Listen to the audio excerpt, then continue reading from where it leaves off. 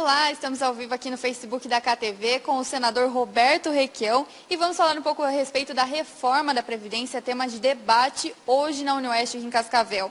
Senador, bem-vindo, obrigado por aceitar o convite. Qual a importância da população saber um pouco dessa reforma da Previdência, debater, discutir esses assuntos também aqui na região do Paraná? Bom, o importante é saber o que acontece para evitar que aconteça. Que não há uma reforma da Previdência em andamento no Brasil. Há uma destruição da Previdência para introduzir a Previdência privada e Previdência paga, que seguramente será administrada pelos grandes bancos nacionais e internacionais. É um crime que se comete contra a população. E sob o pretexto de que a Previdência tem déficit. Não tem déficit. A Previdência brasileira é altamente superavitária. O que eles estão pretendendo é uma mudança na estrutura da economia e do Estado brasileiro. É o Estado mínimo a proposta deles. Eles querem acabar com o Estado Social. O Estado Social é o Estado que se preocupa com o direito das mulheres, do trabalhador, com o meio ambiente. É o Estado que respeita as pessoas. Eles querem instituir o Estado mínimo e a barbárie econômica prevalecendo sobre a solidariedade no Brasil. É um projeto que fracassou no mundo inteiro. A Inglaterra abandona o Brexit, através do Brexit, abandona a União Europeia, porque não suportava mais a prepotência dos bancos alemães. Na Itália, o primeiro-ministro perde uma eleição porque propõe a hegemonia do capital financeiro sobre os interesses sociais do Estado italiano. A Espanha, há mais de um ano, não consegue montar um governo estável. A Grécia quebrou. E o Trump, o Donald Trump, ganha a eleição nos Estados Unidos, se opondo ao domínio do capital financeiro, que estava desempregando de uma forma brutal os trabalhadores norte-americanos. Mas aqui no Brasil, ou por uma ilusão ideológica, ou porque são realmente mandaletes do capital, por suborno e corrupção, querem impor um projeto desta natureza. É um projeto que passa por um tripé muito conhecido na Europa. É a precarização do Estado e o poder passado ao Banco Central, ao capital financeiro. É a precarização do parlamento, que passa a ser financiado por interesses econômicos, e os parlamentares não respondem mais à sua ideologia, ao seu programa, aos seus partidos, mas apenas obedecem a quem lhes paga a campanha. E a precarização do trabalho, o fim da CLT, o fim da aposentadoria, que coloca os trabalhadores de um país num regime de semi-escravatura. Isso é rigorosamente inaceitável. Além desses que você já citou, quais são os principais pontos negativos da reforma da Previdência, na sua opinião? Ela é inteira negativa. O ponto negativo é que não é uma reforma. Eles querem acabar com a Previdência Social sob o pretexto de que há um déficit. Não há déficit.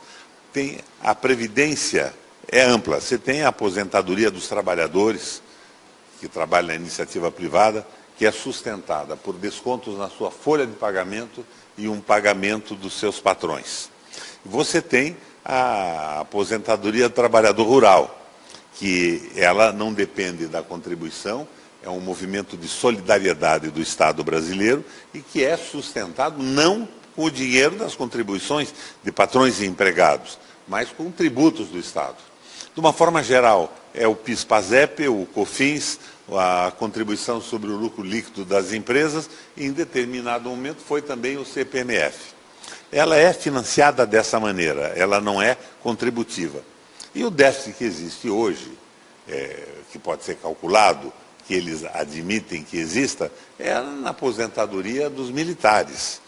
E tem as aposentadorias do Ministério Público, dos parlamentares, dos juízes. Essa sim que passa a ser altamente deficitária, porque não há a contribuição do Estado.